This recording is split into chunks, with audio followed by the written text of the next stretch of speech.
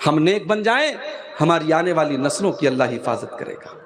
یاد رکھو، گناہوں کی قیمت نسلوں کو بھی چکانی پڑتی ہے۔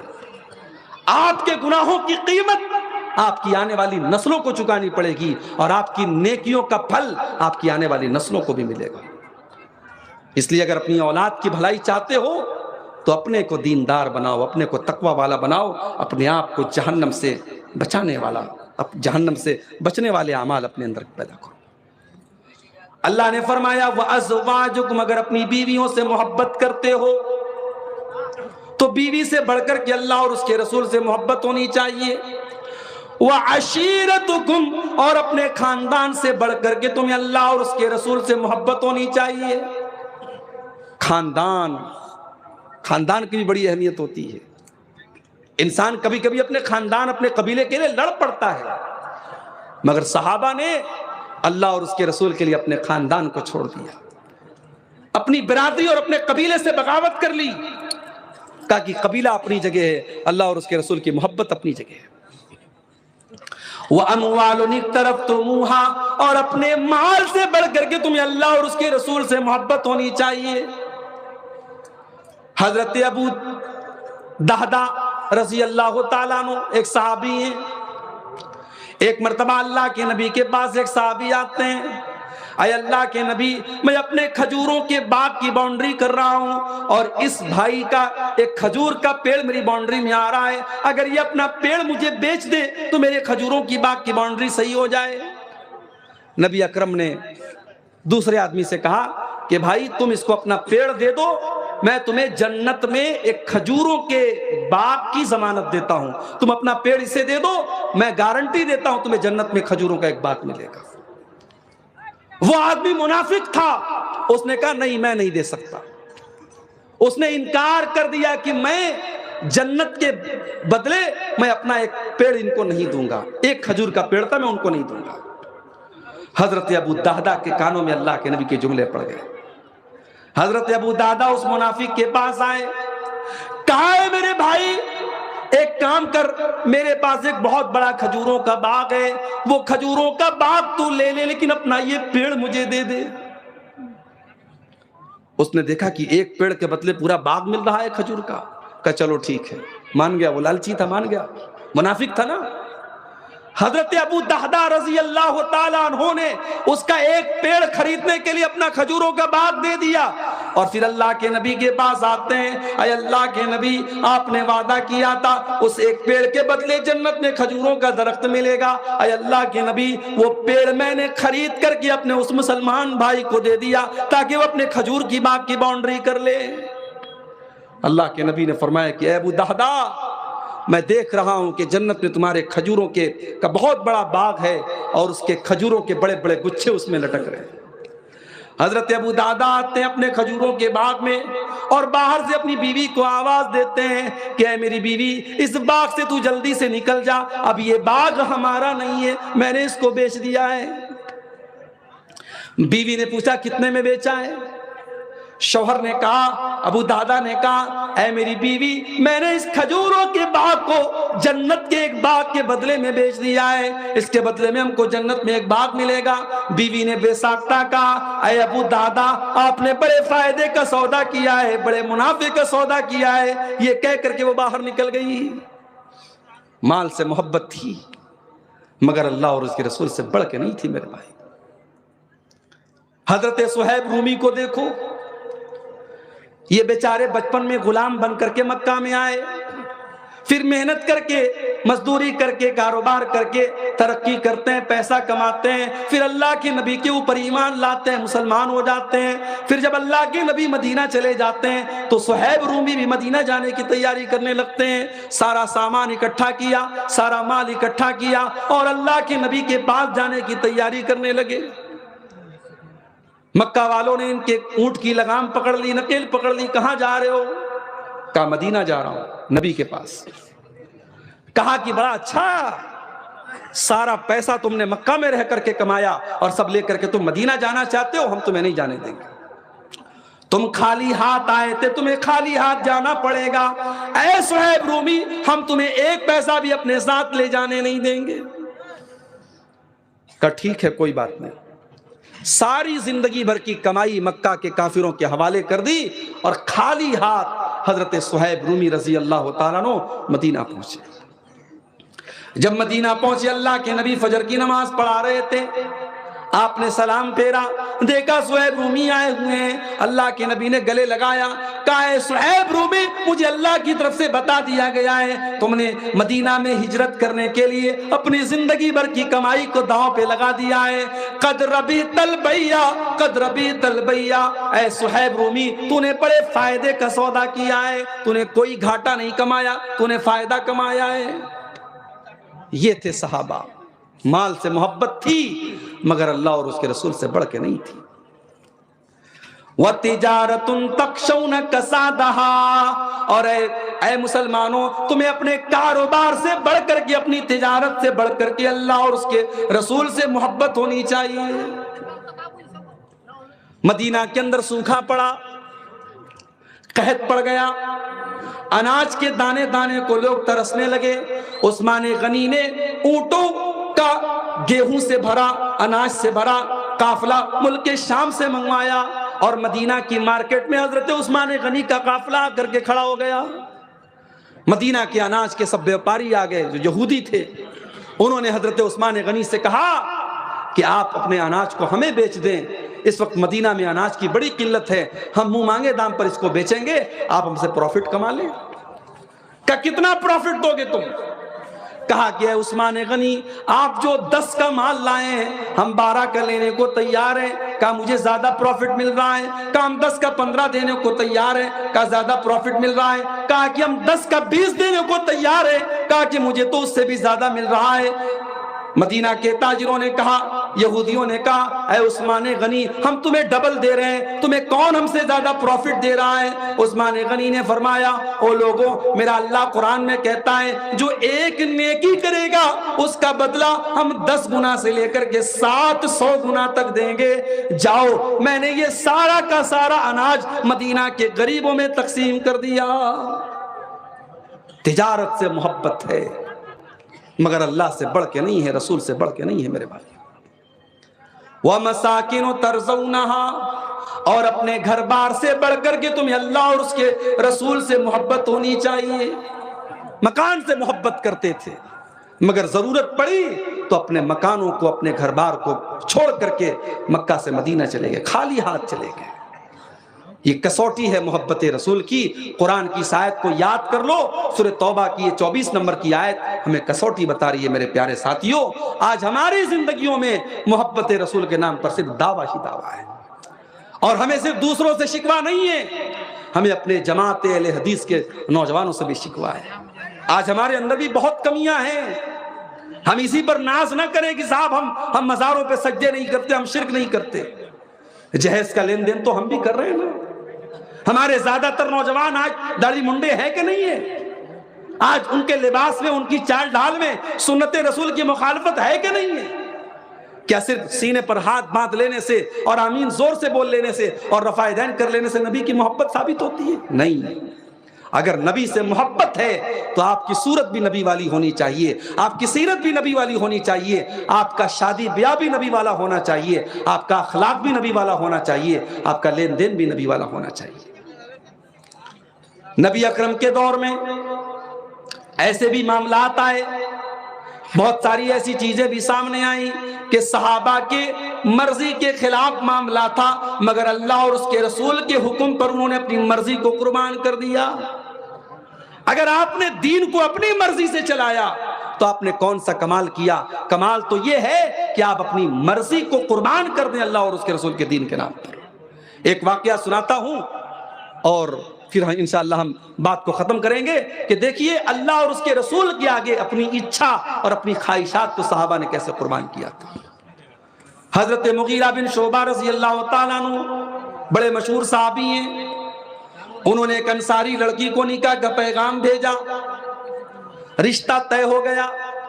نبی اکرم کے پاس آتے ہیں, اے اللہ کے نبی میں نے ایک انصاری لڑکی کو نکاح کا پیغام بھیجا ہے. آپ نے پوچھا کہ کیا آپ نے لڑکی کو دیکھا ہے؟ کہا لڑکی کو دیکھا نہیں ہے. آپ نے کہا جاؤ دیکھ لو. ہمارے یہاں رشتہ ہوتا ہے, لڑکے کے ماں باپ جاتے ہیں، لڑکے کے بہنوئی جاتے ہیں، لڑکے کو اجازت نہیں ہے کہ وہ اپنی ہونے والی بیوی کو ایک نظر دیکھ لے۔ فوٹو وغیرہ کو میں صحیح نہیں مانتا، فوٹو میں آج کل بہت گڑبڑ ہو جاتا ہے، اتنے فلٹر آ رہے ہیں، کیمرے کا اتنا کمال آ رہا ہے کہ اس پہ جو ہے بالکل کالا کلوٹا آدمی بھی بہت خوبصورت لگنے لگتا ہے، کیمرے کا تو کوئی بھروسہ نہیں۔ لیکن شریعت نے اجازت دی ہے، جب آپ رشتہ طے کریں، آپ کو رشتہ ہر طریقے سے پسند ہے، تو ایک بار لڑکے کو لڑکی کے سامنے آمنے سامنے ایک بار دکھانا چاہیے۔ یہ شریعت کا مسئلہ ہے، یہ شریعت کا مسئلہ ہے میرے بھائی۔ کہیں تو ہم اتنی اجازت دے رہے ہیں کہ رشتہ لگ گیا تو لڑکا لڑکی آپس میں بات بھی کر رہے ہیں، ملاقات بھی کر رہے ہیں، اور کہیں ہم اتنی سختی کر رہے ہیں کہ لڑکے کے گھر والے تو دیکھیں گے لڑکی کو، مگر جس کی شادی ہونے والی ہے نہ لڑکی لڑکے کو دیکھ سکتی ہے، نہ لڑکا لڑکی کو دیکھ سکتا ہے۔ یہ غلط بات ہے۔ اللہ کے نبی نے کہا تم ایک نظر دیکھ سکتے۔ اب بڑے غور سے سنیے گا، اسی واقعے پر میں تقریر کو ختم کر رہا ہوں کیونکہ رات بھی کافی ہو رہی ہے، آپ بھی تھک چکے ہیں سنتے سنتے۔ اب حضرت مغیرہ بن شعبہ رضی اللہ تعالیٰ عنہ لڑکی کے گھر پہنچے، ابن ماجہ کی صحیح روایت ہے، لڑکی کے گھر پہنچے، لڑکی کے ماں باپ کے سامنے اپنی خواہش کا اظہار کیا کہ میں اپنی ہونے والی بیوی کو دیکھنا چاہتا ہوں۔ حدیث کے الفاظ ہیں فَكَأَنَّهُمَا كَرِهَا ذَلِكَ، لڑکی کے ماں باپ کو یہ بات بڑی بری لگی۔ اللہ غیرت والے لوگ تھے، غیرت والے لوگ تھے۔ غیرت زندہ ہوتی ہے تو اپنا ہونے والا داماد بھی ہماری بیٹی کو دیکھے، یہ لوگ پسند نہیں کرتے، اور جب غیرت مر جاتی ہے تو جوان بیٹی کو بے پردہ پورے گاؤں میں لوگ گھماتے ہیں، جوان بہن کو پورے گاؤں میں گھماتے ہیں۔ جب غیرت مر جاتی ہے میرے بھائیوں تب یہ تمام چیزیں ہوتی ہیں۔ کہا کہ نہیں، ہمیں یہ پسند نہیں ہے کہ تم ہماری بیٹی کو شادی کے پہلے دیکھو، ہم نہیں پسند کرتے۔ ماں باپ نے منع کر دیا۔ مغیرہ بن شعبہ واپس آنے لگے، لڑکی اندر پردے سے ساری بات سن رہی تھی۔ لڑکی نے اپنے ماں باپ سے کہا ان کان امر رسول اللہ صلی اللہ علیہ وسلم، اے میری امی جان، اے میرے ابو جان، آپ یہ بھول رہے ہیں کہ یہ اللہ اور اس کے رسول کا حکم پیش کر رہا ہے۔ اے امی، اے ابو، اگر یہ اللہ اور اس کے رسول کا حکم ہے تو اس کو مجھے دیکھ لینے دیجئے، اور اگر یہ جھوٹ بول رہا ہے تو میں اللہ کا واسطہ دے کر کے کہتی ہوں کہ مجھے دیکھنے کی کوشش مت کر۔ حضرت مغیرہ بن شعبہ نے کہا نہیں، میں سچ بول رہا ہوں، اللہ کے رسول نے مجھے اجازت دی ہے۔ انہوں نے لڑکی کو دیکھا، پسند آئی، نکاح ہو گیا، اور بڑی محبت کے ساتھ دونوں میاں بیوی رہنے لگے۔ یہ ہوتی ہے محبت رسول۔ اب آخری چیز جو بیان کر کے بات ختم کر رہا ہوں، آپ نے محبت رسول کی کسوٹی تو سن لی، محبت رسول کے تقاضے کیا ہیں، کیسے پتا چلے کہ ہاں ہمیں رسول سے محبت ہے؟ تو 4 کام کر لو، 4 کام کر لو، اس سے پروف ہو جائے گا کہ ہاں آپ کو نبی سے محبت ہے۔ فَالَّذِينَ آمَنُوا بِهِ، جو لوگ نبی کے اوپر ایمان لاتے ہیں، وَعَزَّرُوهُ، جو نبی کا احترام کرتے ہیں، وَنَصَرُوهُ، جو نبی کی مدد کرتے ہیں، وَاتَّبَعُوا النُّورَ الَّذِي أُنزِلَ مَعَهُ، اور جو نبی کے ساتھ جو روشنی آئی ہے، جو نور آیا ہے، اس نور کی پیروی کرتے ہیں، فَأُولَئِكَ هُمُ الْمُفْلِحُونَ، وہی لوگ کامیاب ہونے والے۔ 4 کام کر لو۔ پہلا کام، نبی پر ایمان لاؤ۔ ڈاکٹر ذاکر نائک نے ایک موقع پر کہا تھا کہ اگر کوئی لا الہ الا اللہ پڑھتا ہے اور محمد رسول اللہ نہیں پڑھتا ہے، اللہ کو تو ایک مانتا ہے لیکن اللہ کے رسول کو رسول نہیں مانتا ہے، تو 99.99% تو یہی پاسبلٹی ہے کہ وہ جہنم میں جائے گا، لیکن 0.01% اس بات کا امکان ہے کہ وہ جنت میں جائے گا۔ ڈاکٹر ذاکر نائک کا میں بہت احترام کرتا ہوں، بہت بڑے اسکالر ہیں، بہت محنتی ہیں، مگر ظاہر ہے ان کی اپنی ایک فیلڈ ہے۔ ہر انسان ہر فیلڈ میں دخل دے یہ مناسب نہیں ہے، فتویٰ دینا یہ مفتی کا کام ہے، ہر آدمی جو تقریر کرے وہ فتویٰ دے یہ مناسب نہیں ہے۔ کوئی تقریر اچھی کرتا ہے، کوئی لکھتا اچھا ہے، اب جو تقریر اچھی کر رہا ہے وہ لکھنے کا کام کرے یہ مناسب نہیں ہے۔ ڈاکٹر ذاکر نائک کی یہ بات غلط تھی۔ جو اللہ کے رسول کو رسول نہ مانے اس کی 0% بھی گنجائش نہیں ہے جنت میں جانے کی، اس لیے کہ اللہ کے نبی فرماتے ہیں کہ میرے دنیا میں آنے کے بعد والذی نفسی بیدہ، اس اللہ کی قسم جس کے ہاتھ میں میری جان ہے، جو مجھے اللہ کا رسول نہیں مانتا ہے وہ جنت میں نہیں جا سکتا، جنت حرام ہے اس کے۔ تو نبی پر ایمان لانا ضروری ہے۔ نبی سے محبت تو مہاتما گاندھی بھی کرتے تھے، انہوں نے لکھا ہے اپنی کتابوں میں اللہ کے نبی کے بارے میں بڑی اچھی اچھی باتیں لکھی ہیں، لیکن ایمان نہیں لائے۔ بہت بڑے بڑے لوگوں نے اللہ کے رسول کے بارے میں بڑی تعریفی باتیں لکھی ہیں، لیکن ایمان نہیں لائے۔ ایمان لانا ضروری ہے کامیاب ہونے کے لیے۔ ابو طالب اللہ کے نبی کے چچا ہیں، ساری زندگی اللہ کے نبی کا سپورٹ کرتے رہے، مگر اللہ کے نبی کے اوپر ایمان نہیں لا سکے۔ جب آخری ٹائم آیا، اللہ کے نبی نے کہا کہ اے چچا آپ کلمہ پڑھ دیجئے، لا الہ الا اللہ پڑھ دیجئے، میں اس کلمے کے ذریعے اللہ تعالیٰ کے یہاں آپ کے لیے بحث کروں گا۔ مگر ابو طالب کے بغل میں ابو جہل بیٹھا تھا، عبداللہ بن امیہ بیٹھا تھا، ان دونوں نے کہا کہ اے ابو طالب اپنے باپ دادا کا مذہب مت چھوڑنا۔ برے دوست ہمیشہ لٹیا ڈبو دیتے، یاد رکھو۔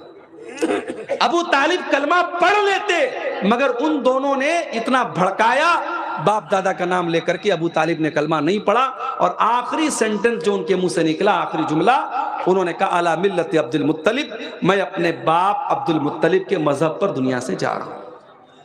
کلمہ نہیں پڑھ سکے۔ ابو طالب نے ایمان قبول نہیں کیا۔